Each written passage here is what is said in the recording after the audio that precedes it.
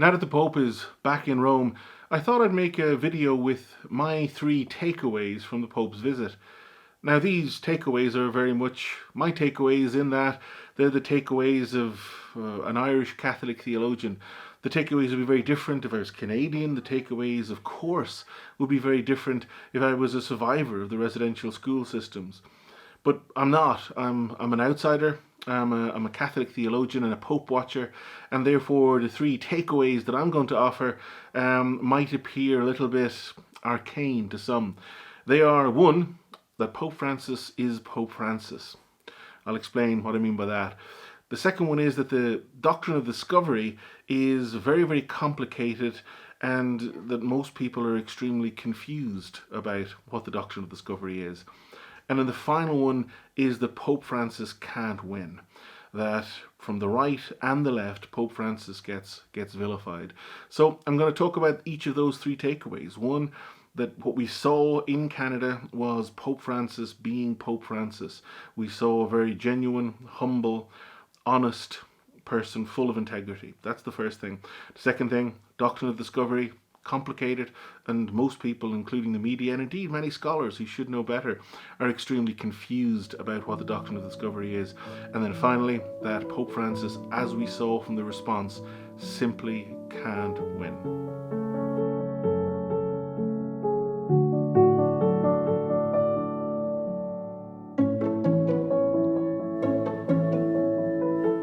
Before Pope Francis arrived, I was interviewed on CTV Atlantic, and I said that the likelihood is that commentators will not be satisfied by what Pope Francis says, because I knew before the start that Pope Francis was going to have a huge team, media, public relations team saying, you must say this, you must say this, you must say this. And what Pope Francis said was written and said by Pope Francis. I'd safely say that people may have had a look over it, but anybody who is familiar with Pope Francis knows that the homilies he gave and the apology he gave was from him. His words, his terms, his theology, his perspectives. And so I knew that it wouldn't satisfy everyone, because it was the honest, repentant, penitent reflections of one man. And what did that man say? Well, that man said a number of, I think, really interesting things. 1, that reconciliation, if it is real, must involve a change of heart. That ultimately we can, and certainly we should, put systems in place and put policies in place and put money in place. These are all positive things. But ultimately, from Pope Francis' perspective, they're not really truly meaningful without a change of heart. That it requires Canadians, it requires white people to overcome the explicit and implicit prejudice and racism that permeates our hearts and minds. That ultimately reconciliation involves looking upon an Indigenous person with respect, love, admiration, and dignity, and that is something which you can't simply legislate. That is something that you can't throw money at. That involves journeying, that involves relationships, that involves overcoming the embedded cultural racism that impacts and affects us all. And Pope Francis gave his most stirring statement in relation to this at a homily where he spoke about the importance of the Eucharist. That the Eucharist is a space where fueled by the presence of God, we can begin to be changed. We can begin to be changed from our cultural prejudices, and we can begin, hopefully, to see things anew. And that made Pope Francis' penance and his shame and his despair at what took place all the more stark, because what he was ashamed of was so many Catholics who had all the advantages of relationship with God through the Eucharist, who had all the advantages of what the Eucharist tells us, where diverse different people, rich and poor, and people of all status within society, approach the altar and are consumed by this bread, are drank by this cup, and become one. And despite this ongoing, lived, practical catechesis, week in, week out, far too many Catholics from Pope Francis' perspective, fell for the cultural prejudice embedded in European, particularly post-Enlightenment notions of cultural and indeed racial supremacy. This was a scandal, this was a shame, and this is something that Pope Francis was apologizing for. And in apologizing for it, he also suggests that what he thinks is the only way forward, which involves a genuine change of heart. And any policy, any legislation, any system that takes place without a change of heart is doomed to failure. Now, we might think, yeah, that's just glib. Well, the fact of the matter is that by many metrics, the plight of Indigenous Canadians has worsened in recent decades. Metrics such as relative poverty, poverty relative to the settler community. First Nations people are doing worse. Suicide rates, addiction rates, incarceration rates have gone through the roof. And so by all these metrics, which can show us how different groups of people are doing within a society, First Nations people are doing worse. And so this tells us that no matter what we try and put in place structurally, as long as racism, and so we fixate on systemic racism, good, let's do that. But there's also racism. There's also the fact that when a settler looks on an Indigenous person and sees someone who is in some way inferior, maybe culturally inferior, maybe racially inferior, sees them as someone to be protected, feels paternalistic, fetishizes their culture, all these are reflexive moves of racism that require an actual change, a change of heart. And ultimately, that's what Pope Francis was calling for, and Pope Francis was apologizing with shame and penance for the failure of Catholics to witness to that change of heart for many generations, including during the horrors of the residential schools. So that's the first thing, that this wasn't a PR move where Pope Francis, like Justin Trudeau, would have a team saying, tick this box, this box, look in this way, raise your eyebrow, have your hair like this, and therefore you'll tick all the boxes and people go, what a wonderful apology, and yet ultimately real change won't take place. That wasn't it. Pope Francis was groaning in sorrow at his personal remorse and shame, and therefore didn't tick every box, particularly the box marked Doctrine of Discovery, which I'm going to talk about now.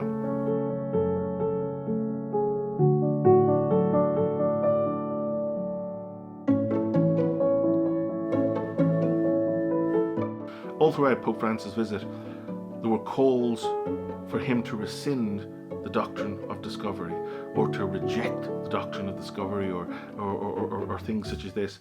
And in many newspapers and on many TV news programs, the idea seemed to be suggested that there was a thing called the Doctrine of Discovery, which was like, for example, the Doctrine of the Trinity, or the Doctrine of Original Sin, or the Doctrine of Salvation. And so you go to a page in the Roman Catholic Catechism marked Doctrine of Discovery, and the Pope Francis would go, I rescind this thing. And if only that were the case, if only it was a doctrine like that, because it could be cast to the flames. But it's not a doctrine like that. There is no. If you said to any pope from the 15th century, tell us about the Doctrine of Discovery, they'd go, what? I have no idea what this Doctrine of Discovery is. Now, what the Doctrine of Discovery is, as a matter of fact, is a secular legal doctrine which comes a long time after the 1490s, after the 1510s, after the 1520s. A long time after that, the secular legal doctrine which many people today believe has its roots in papal encyclicals. And because of that, they offer this perspective that Spain and Portugal are sent by the papacy. They're sent out to the New World. And of course, this is very, very convenient, because if this were the case, then we, the inheritors of the secular Western project, we're innocent. It's only these old church figures who were guilty. They're the ones that sent poor, unwitting capitalists like Christopher Columbus, who all he wanted to do was stay home and tend to his flock. But he was sent by these demon Pope off to do terrible things in the name of the Catholic Church. Now this is absolute nonsense. It's nonsense that we want to believe in because it gets us off the hook, but it's still absolute nonsense. This is not to say that there are not papal writings in the 15th century and indeed in the 16th century which are not problematic and are not bad and are not evil and are not wicked. So there's primarily one.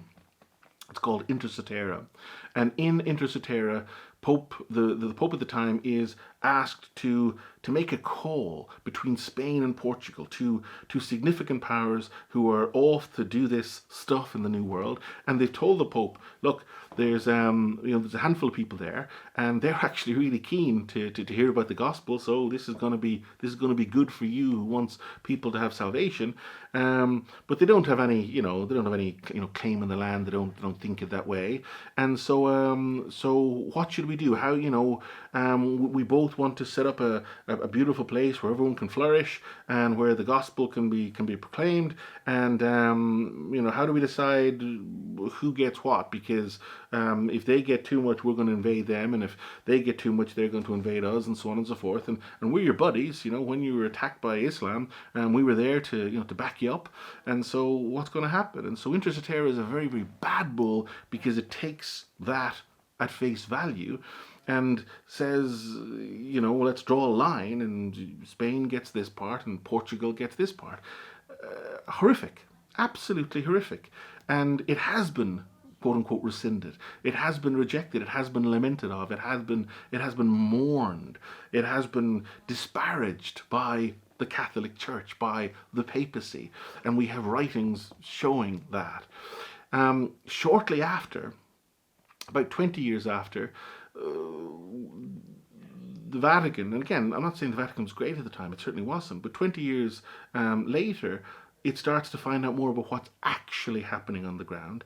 It starts to find out that these conquistadorial assholes are stealing people's land and are enslaving people and are doing horrific things. And so so the Pope writes an encyclical or bull called Sublimis Deus, found mostly under Sublimis Dei, which is actually not what it was called. Nonetheless, read Sublimis Dei, and you'll see what it says. It says that the idea that indigenous peoples are inferior is the invention of Satan. It's the invention of the evil one. An invention which has been wrought by the evil one to try and stop people speaking about the good news to these people, because it says that they are inferior, therefore they can't enter into a relationship with Christ. And so this is an evil ruse of Satan. And anybody who believes that these people are inferior is just falling for this ruse of Satan. And these people in no way should be persecuted, and they should never have their land taken, and they should not ever be enslaved. And Sublimis Deus, read it. You read it in 10 minutes. It's a short little papal writing. It says that if anybody comes across people who has enslaved indigenous peoples, they need to attack them and liberate the enslaved peoples. Or if any European has taken their land, then their land should be taken back and given back to them. This is what the papacy says when it knows more. So you have Inter Cetera, which is clueless and ignorant, and then you have Sublimis Deus. Now, when most people are talking about the encyclicals which drive the Doctrine of Discovery, what they'll talk about is Romanus Pontifex and other encyclicals that are written about a half a century before Columbus's voyage, before anyone had any clue about the Americas.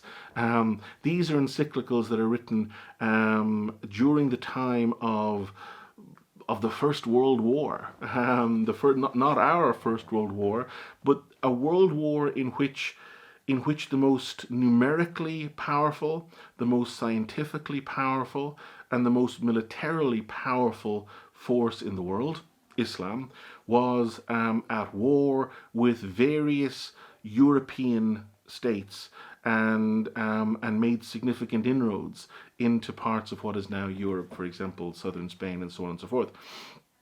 And so in these encyclicals, which are feisty, because the Pope is not, a saintly figure at this time. The Pope is embedded within Christendom, for better and for worse, and so says that these people should be driven back and their people should be reduced to servility, which in the context of that letter means more docility than anything else.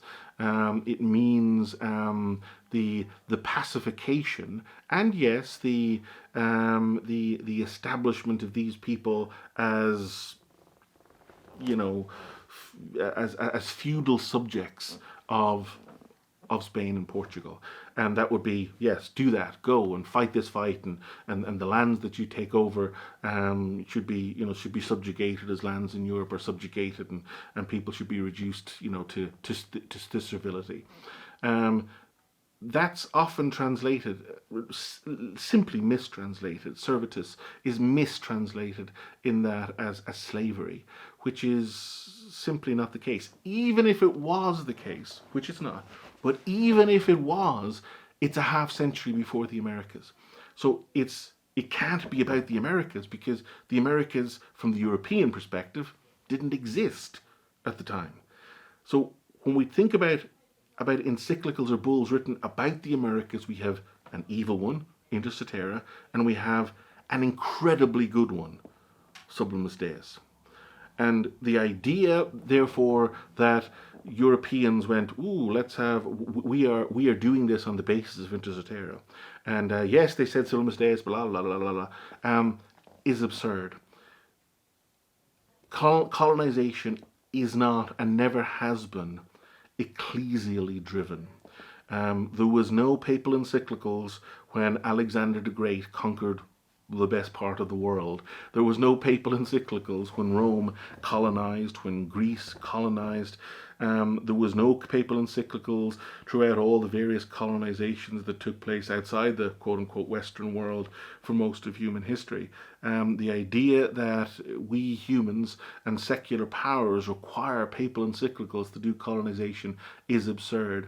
And so was Pope Francis to rescind the Doctrine of Discovery, it would be participating in a whitewashing of history by Western secular nation states who were the aggressors, and who ultimately are now trying to absolve themselves of these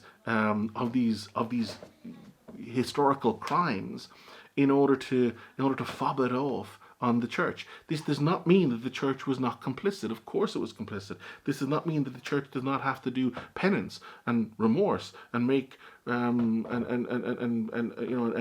make financial contributions to go a teeny way of righting the historic wrongs. But the grammar, the discourse of Doctrine of Discovery is not just historically ass backwards wrong, it's not just theologically horrifically ignorant, it's also entirely malign, as it risks blinding us to the ongoing colonization of vast swathes of the world, including racial minorities in the Americas, by the same Western imperial colonizing logic that drove it in the 15th and 16th centuries. So I think if Pope Francis ever does say, I rescind the Doctrine of Discovery, and play along with this nonsense, it would be a sinister move, it would be a wrong move, and it would further the colonizing mentality which has our world in the way it is. Final section coming up, which is that Pope Francis cannot win. So let's talk about that now.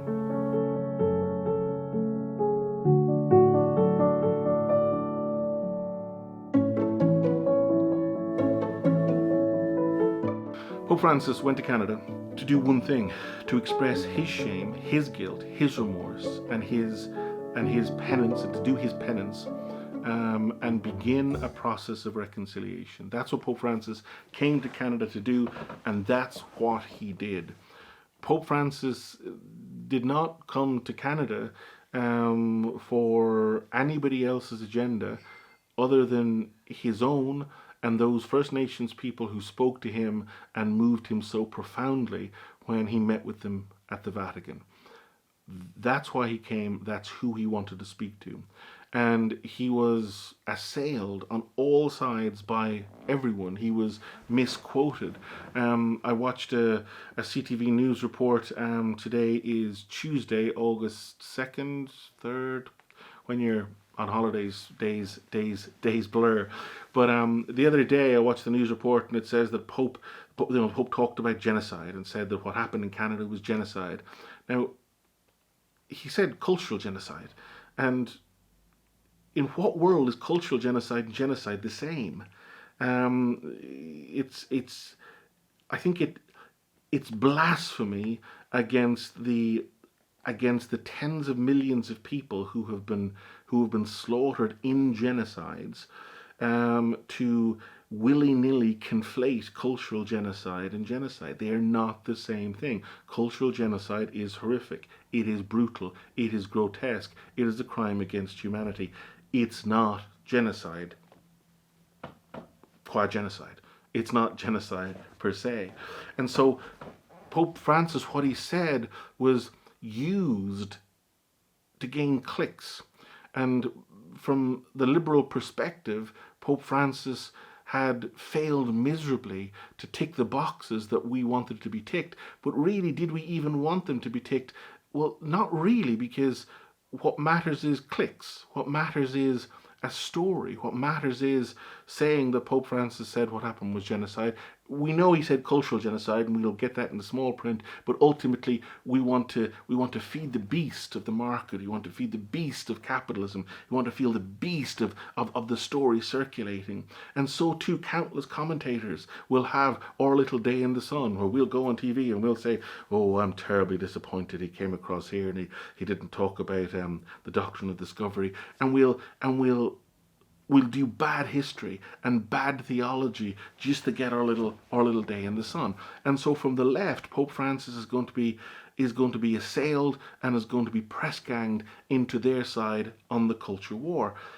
He got much more critique from the Catholic right. The Catholic right, who sees him expressing his deep sorrow, deep regret, deep shame for horrific things that happened, and no one can deny that horrific things happened in residential schools, and he should, and we all should be remorseful for this, and yet he gets slaughtered by people on the Catholic right for engaging in pagan demonic rituals. Now, I don't believe they think he's engaging in pagan demonic rituals. I think they just want to have a go at Francis so they can get clicks, so they can get likes, so they can elevate their own status, so they can have one more exhibit in their Pope Francis is a scumbag, like set of exhibits. And so both sides, you have a person who feels pain and who feels shame and who is making a walk or in a wheelchair to a people that he feels shame for what we did to those people, and people on both sides are just trying to leverage this for market value. And that is what happens within the culture wars of the left and the right, that capitalism drives two cultures, the left and the right, which just try to reinterpret everything in light of their own ongoing battle for their own agenda, feeding the beast of clicks, feeding the beast of advertising revenue. And Pope Francis, a real person, speaking to real people who are crying, who have been brutalized, who have been traumatized by an act of cultural genocide, and that is all washed away.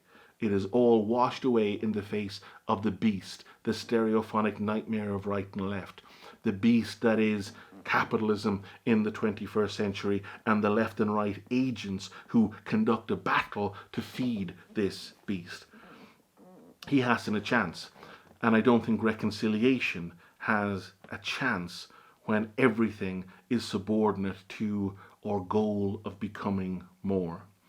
And so that's a pretty depressing takeaway from Pope Francis' visit, but it's one of my three takeaways that I think struck me during this visit. One, that Pope Francis is Pope Francis, for better or for worse. He's who he is. Two, the Doctrine of Discovery is extremely complex and usually grotesquely misunderstood. And three, Pope Francis can't win because the beast wins, because left and right play their games and subordinate everything Francis says to those games. So, this is my take. Share yours below. I'm sure you've shared yours in various other fora, and I've been reading and watching and listening to many of them. And yeah, greetings from the living room in my parents' house where I grew up in Rossgrave, County Tipperary in Ireland. And I'll have more of these videos during the course of this stay in Ireland. Thanks for watching.